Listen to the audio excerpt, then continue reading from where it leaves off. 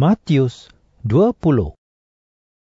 Apabila Allah memerintah, keadaannya seperti perumpamaan ini. Seorang pemilik ladang anggur keluar pada waktu fajar untuk mengupah orang bekerja di ladangnya. Dia bersetuju membayar mereka upah yang biasa dibayar untuk kerja sehari, iaitu sekeping wang perak. Lalu dia menyuruh mereka bekerja di ladang anggurnya.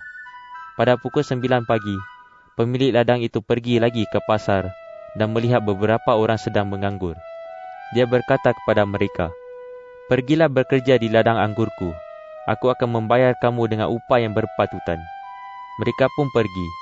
Pada pukul 12 tengah hari dan juga pada pukul 3 petang, pemilik ladang itu melakukan hal yang sama.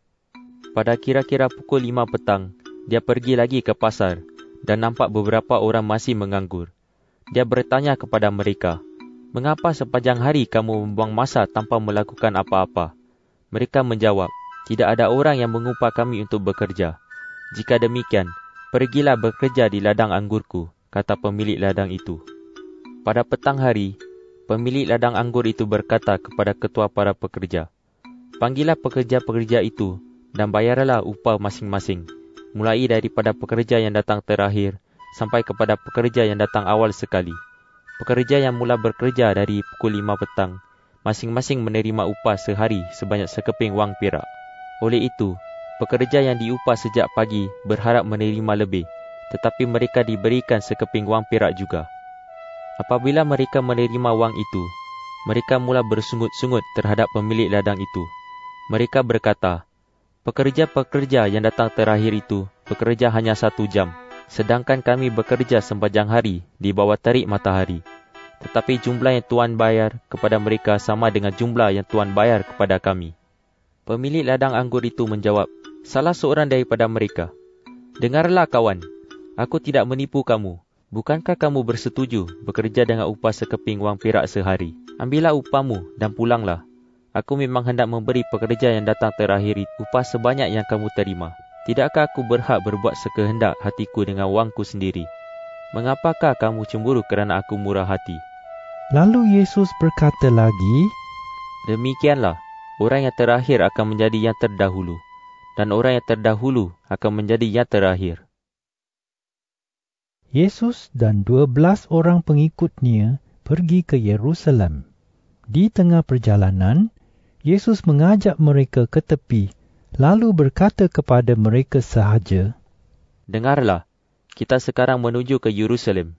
Di sana anak manusia akan diserahkan kepada ketua imam dan guru Taurat.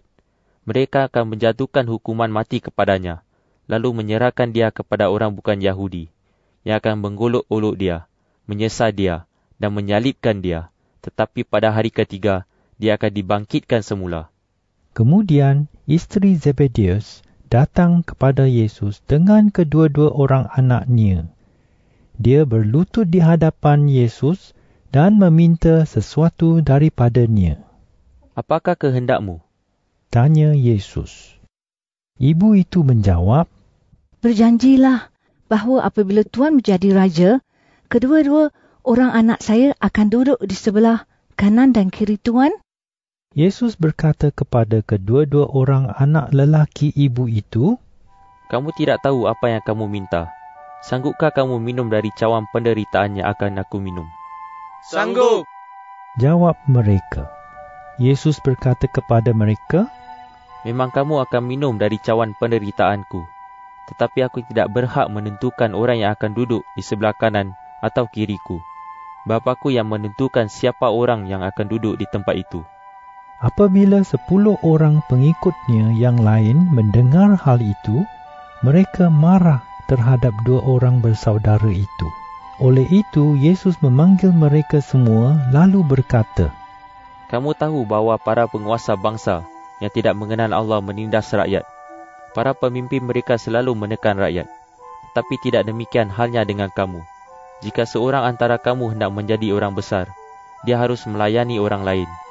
Jika seorang antara kamu hendak menjadi yang pertama, dia harus menjadi hamba kamu semua.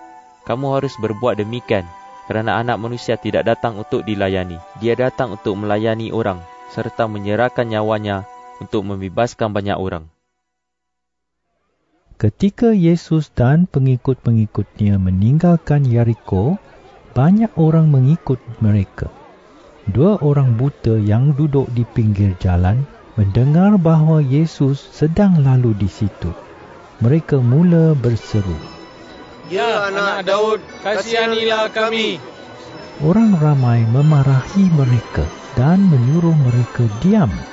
Tetapi lebih kuat lagi mereka berseru, "Ya anak Daud, kasihanilah kami." Yesus berhenti dan memanggil mereka. Dia bertanya, Apakah yang kamu mahu aku lakukan untuk kamu? Mereka menjawab, "Tuan, kami ingin melihat." Yesus mengasihani mereka. Dia menyentuh mata mereka dan dengan segera mereka dapat melihat. Lalu mereka mengikut Yesus.